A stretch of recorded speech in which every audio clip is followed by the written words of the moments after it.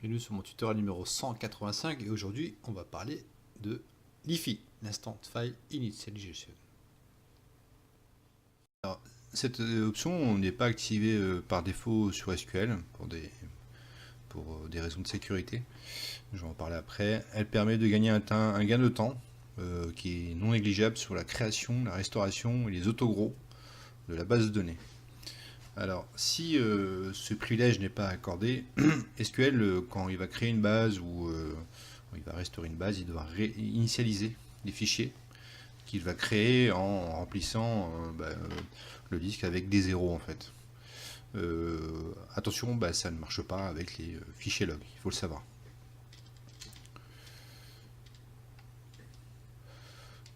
Donc, exemple, je crée une BDD de 10 Go. SQL va nettoyer l'espace en effaçant tous les octets. Ça peut venir d'autres fichiers, hein, d'autres applications. Donc le temps de nettoyage de cet espace en effaçant tous les octets qui seront mis à 0. Donc ce temps de nettoyage va prendre du temps. Et donc on peut perdre un temps non négligeable juste pour la création de restauration de base. Si IFI ou HiFi est initialisé, le contenu ne sera pas effacé, car SQL sera en interne ce qui est alloué ou pas dans cet espace. Donc il fait une initialisation instantanée, d'où un gain de temps non négligeable. On peut l'activer sur l'installation SQL Server 2016, j'ai souligné en jaune. Par défaut, il y a une petite case à l'installation SQL qui est nouveau. Grande perform volume maintenance task privilege to SQL database. Donc on peut l'activer par défaut sur SQL 2016. Alors, comment accéder aux tâches de maintenance? Donc on fait un démarrer, exécuter, segpol.msc. Donc on va dans la stratégie locale, attribution des droits utilisateurs, et on voit que c'est ici. D'accord? Donc pour rappel, que fait ce fameux groupe? En fait, il détermine quel utilisateur peut effectuer les tâches de gestion ou de volume sur le disque. Ça permet de faire une fragmentation, création, suppression de volume. Donc c'est pour ça que c'est pas activé par défaut. C'est une question de sécurité, hein, pour éviter que quelqu'un accède au disque et font un peu ce qu'ils veulent. Donc on va voir qu'ici, il n'est pas activé. Il n'y a personne dedans. Donc ce qu'on va faire, on va activer deux trace flags pour voir en fait les zéros initialisation. Si on ne active pas ces deux trace flags, en fait on ne pourra pas les voir. Donc je les active. Je vide les logs d'erreur. Je vais créer une base BDD IFI avec un pas d'incrément de 1 Go. Nous allons voir le temps que ça va mettre sans avoir activé le IFI.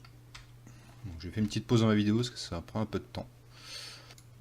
Donc cela a mis 15 secondes. On peut le voir en bas à droite.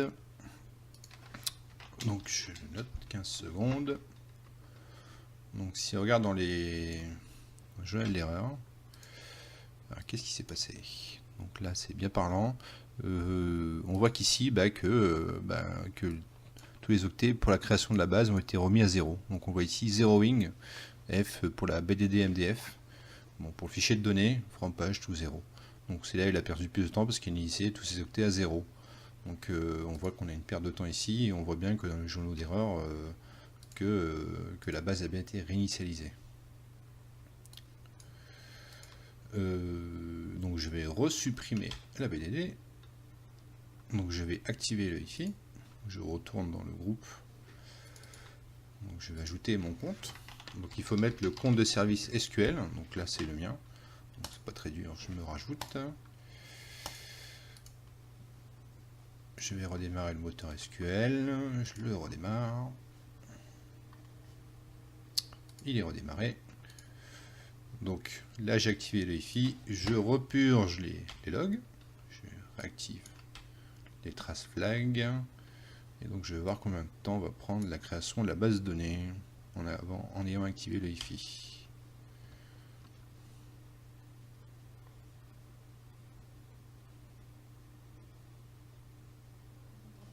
Donc là on est tombé à 8 secondes. Le précédent, la précédente création de la base sans avoir activé le Wi-Fi, c'est 15 secondes. Et là on est tombé à 8 secondes. Donc on a une différence de 7 secondes. Si on regarde dans les error logs, qu'est-ce qui s'est passé? Est-ce qu'on voit bien que ça a été remis à 0? Donc on voit qu'ici ça a complètement disparu. Que il a juste fait un zeroing, donc il a remis tout à 0 pour les fichiers log. Donc je vous l'avais dit en début de présentation que les logs n'étaient pas réinitialisés. Par contre, concernant le point MDF, bah, il a disparu. Donc il n'a pas remis à 0 le fichier de base de données, d'où le gain de temps de 8 secondes. Donc voilà. Donc moi par défaut il est toujours activé hein, quand j'installe un serveur SQL. Concernant les restaurations, j'ai pas d'énormes bases pour vous montrer concrètement le gain de performance, mais sur des environnements de production, on a des bases à 300, 400 Go, 500 Go, on peut gagner jusqu'à 5-6 minutes, voire 10 minutes lors des restaurations.